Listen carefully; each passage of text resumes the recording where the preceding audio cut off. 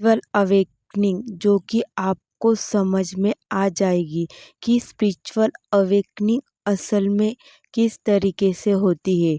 जब आप उस अनुभव को पार करते हैं तब आपको असल में स्पिरिचुअल अवेकनिंग के बारे में समझ में आता है। जब दर्द हद से पार हो जाए, जब कोई साथ ना दे, इमोशनली कोई भी सपोर्ट न कर रहा हो, इस मोह माया से आपका पूरी तरीके से मन उठ गया हो, अकेले रहने का मन कर रहा हो, कौन क्या सोचता है उस चीज़ से आपको फर्क पड़ना बंद हो चुका हो, अपने दिल की आवाज़ सुनने की कोशिश कीजिए। आपको भीड़ में रहना भी अच्छा नहीं लगता, सभी लोग पराये लगने लगते हैं, आसपास एक दिव्य शक्ति का एहसास होता है। रोते समय कोई आपके सर पर हाथ रख रहा हो।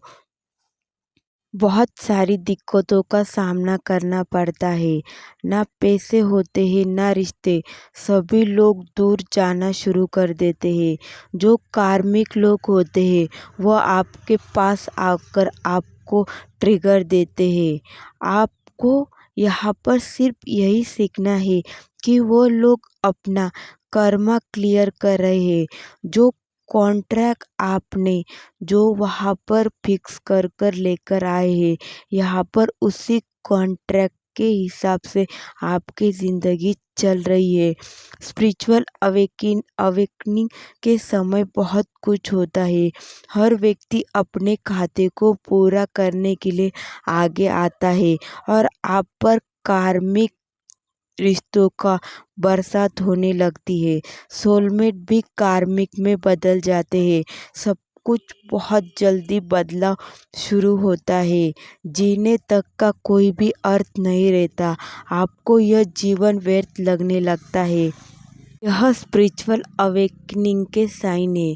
लेकिन जब यह अवेकनिंग चलती है तब हमारे सबसे अगर करीब कोई होता है तो वह है ईश्वर, जो कि आपका साथ कभी नहीं छोड़ते।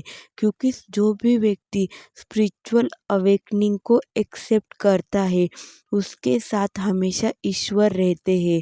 ईश्वर आपको लगातार संकेत देते हैं कि मैं आपके साथ हूँ। चाहे आपको कोई नंबर दे या फिर आपको कुछ दिखे या फिर कोई बच्चा आपकी तरफ आकर कुछ बताए, वह आपके स्पिरिचुअल अवेकनिंग के पॉजिटिव साइन है, जो कि ईश्वर आपको दिखाते हैं कि बच्चा तू मेरी तरफ देख, मैं ही सब कुछ हूँ और मैं ही सच हूँ। इस मोह माया में कुछ नहीं रखा। अगर इस चीज़ का कोई अंतिम सच है तो वह मैं हूँ। जब तक आप खुद को उन सारी चीज़ों को ठीक करने का प्रयास करते हैं, खुद से उन चीज़ों का ठीक करने का प्रयास करते हैं, तब तक वो चीज़ें ठीक नहीं होती। लेकिन जैसे ही आप भगवान को कह देते हो कि नहीं, मुझसे नहीं हो रहा है, यह सब कुछ आप देख लीजिए और मैं आपके भरोसे पर हूँ। मैं अब अपनी ज़िंदगी की चाबी आपके हाथ में देती हूँ। वहाँ से आपको मैजिकल तरीके से चीज़ें बदलना शुरू हो जाएगी। आपको वहाँ पर रास्ता दिखाया जाएगा कि आपको क्या करना है और किस तरीके से करना है। जब आप पूरी तरीके से भगवान पर भरोसा रखकर समर्पित करते हैं तो सब कुछ मैजिकल तरीके से पूरा होना शुरू हो जाता है।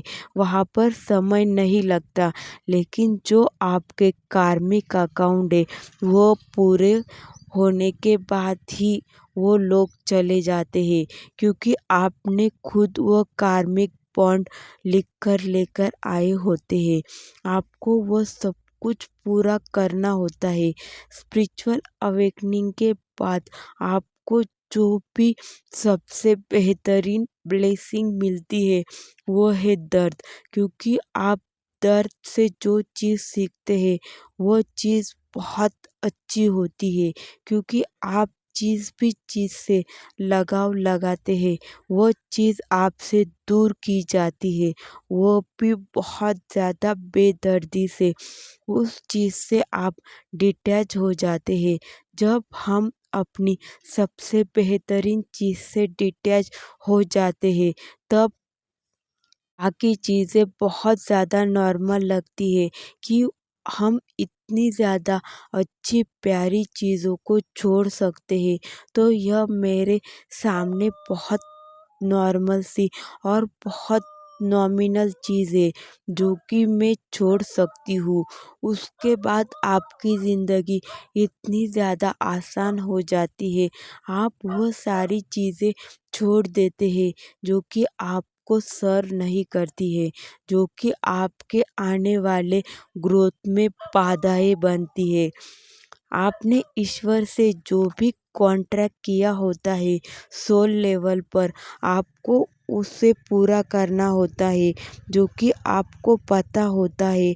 और आप जो चीज़ करने के लिए इस धरती पर आए हैं वो आपके स्पिरिचुअल अवेकनिंग की स्टेज होती है, जो कि आपको आगे चलकर अपनी ज़िंदगी में उस कॉन्ट्रैक्ट को पूरा करना है जो कि आप भगवान से कर कर आए हैं। अगर आप इस दुनिया को कुछ नॉलेज देने के लिए आए हैं तो आपको उस नॉलेज को देना होगा, लेकिन जब आपका हाथ भगवान पकड़ते हैं तो आपसे सब कुछ करवाया जाता है।